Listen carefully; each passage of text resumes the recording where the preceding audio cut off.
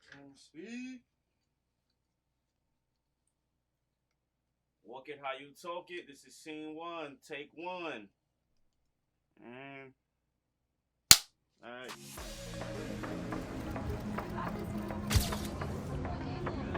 My name is Storm, and I'm perfect as I am. I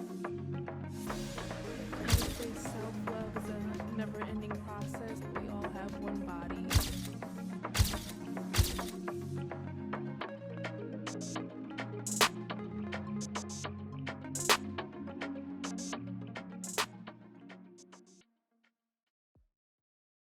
I'm Storm, and I'm a model and a creative. How it started is when I was in high school, the 11th grade. I remember people used to always tell me, oh, your legs are so long and like you should get into modeling and da da da. I didn't really take it serious. So my cousin, she's an artist, so she basically set up my first photo shoot for me, and yeah, the images came out great, but I still didn't take it seriously until probably like when I left high school. I got more into like Instagram and whatnot because social media was just like something for your friends. I thought about it more, and that's when I started my career, January of 2019. And people started to notice it, so then photographers would hit me up on my IG and they wanted to shoot with me, and then it just started to like tumble from there with getting responses and emails, and people wanted to do test shoots, and it kind of just built up from there. My name is Dove Frederick. I'm a full-time college student and I'm a model. The change I want to see is allowing people to actually treat their bodies like it's theirs. I think the big pressures is being like a curved model because I am a size 8 and you're a straight size when you're a 4 and below. So that's something to deal with when it comes to like a lot of body image and like how you feel about yourself. So confidence is key and self-love is key for me.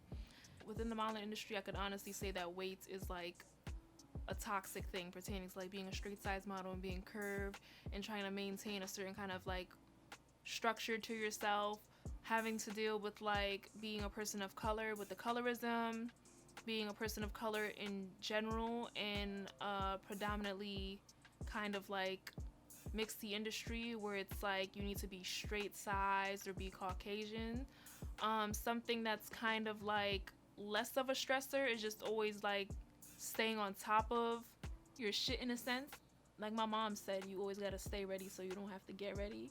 It could be the very last minute and I'll get an email or a text message that says, can you make this ghosty or this casting in Manhattan in the next 2 hours? So I'm over here scrambling and doing the most and trying to like pull it together. Also, not even just that, but I want to speak on myself too, with me being an individual with like vitiligo. Like I have a very strong look. So sometimes my look is too strong to do certain things, or sometimes it's like limited. And sometimes it is a thing where I do feel like I'm supposed to check off some kind of like diversity box to show people that these clients could like be inclusive when it comes to me getting chosen versus me getting chosen as like an individual, because I'm a model with vitiligo. I'm not a vitiligo model. So my vitiligo first started when I was about 7 or 8 years old. I remember it being like one little spot, but the big thing was like, I think at some point my mom thought I was wearing lipstick, because when I was like younger, I was playing on her like her makeup and whatnot. And then when she realized it was not lipstick and that my lips were actually just like pink, and then she noticed like the one spot that was like probably like on the left side, not the no, the right side of my arm. So then we went to the doctor, and that's when they told us we need to go to a dermatologist, and that's when they told me that like I had vitiligo. It was kind of like very steady in one spot for a while. It didn't like gradually pick up on my face until probably like the 11th grade of high school. I hate ignorant people, bullies, people who don't say thank you when you hold the door for them. Yeah. These kids out here are already cruel. I dealt with a lot of cruel, malicious comments from not only children but adults.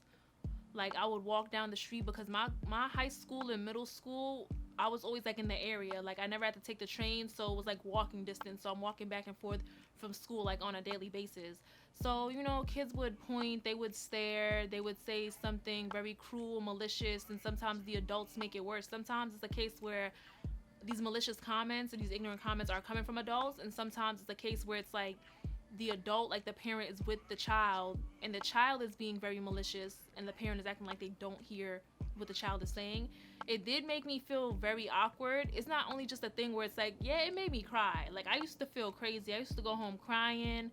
In school I used to get bullied, but it wasn't like a gradual thing of like a consistency of like multiple people doing it. It was like here and there. It'll probably be like that one bully you have, or like the two bullies you have, like, or people just kind of like talking shit behind my back in a sense, or even to my face because like they don't care and they feel like, you know, they could pick on me. Be you always. You're beautiful.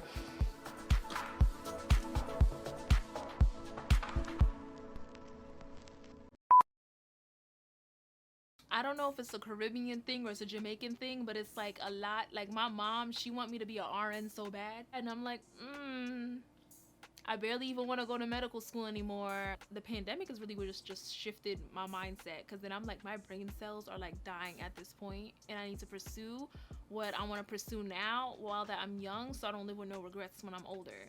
So that's why it's like I want to get my bachelor's in biology, which is why I'm in school now, even though I made a decision that I don't want to go to medical school anymore. Change my concentration from pre-med biology to general biology.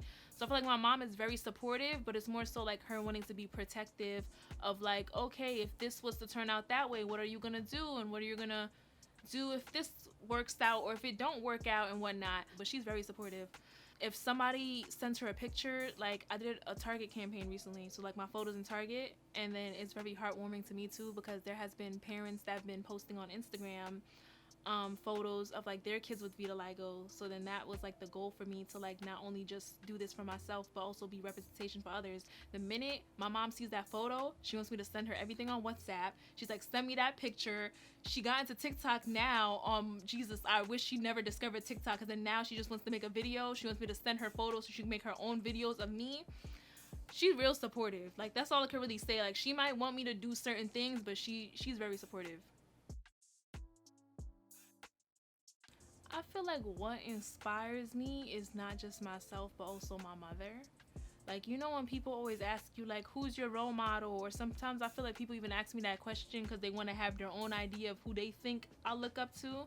When really, I don't got any role model or someone I look up to other than my mother. She might not know this or believe it, because sometimes your mom feels like you're just trying to like kiss her ass, or like, oh, that's not the case. But it's like, my mom is someone who is really strong and resilient, and she's been through a lot, and she honestly deserves the best. So that's somebody that actually inspires me. It's not even just the aspect of like we have similar things in common, or she's someone to look up to in the aspect of like she has done what I'm doing, but it's just her resilience and her stride to like want to do better and just keep pushing and like working hard. Like that, honestly. Also my father too, because that's something else too, is that I'm so like, honestly, like my brain is like on my mom, but when I think about the aspect of my dad, like he's such a hard worker. Like he has been through a lot. Like my dad was sick at some point. He never just took down like whatever it is that people would like take pertaining to like being like unemployed and just taking the L and just saying, you know what, I'm gonna let life do whatever and just lay back. Like he continues to work hard. He stay working, he stay fighting, and basically that's what inspires me, is my parents at this point. I feel like my goal is to always just build on what I want to do and always to excel. I always felt like I needed like a direct list, but I realized that what I'm doing now, the storm from like 10 years ago would have never seen me doing this now. So I feel like I don't even have a fixed set anymore. It's just that I know I want to get into like photography, and I want to start my fashion brand at some point. I want to get into acting. I want to do creative direction. I want to do a lot of things. So it's like right now for the future, it's just expansion at this point.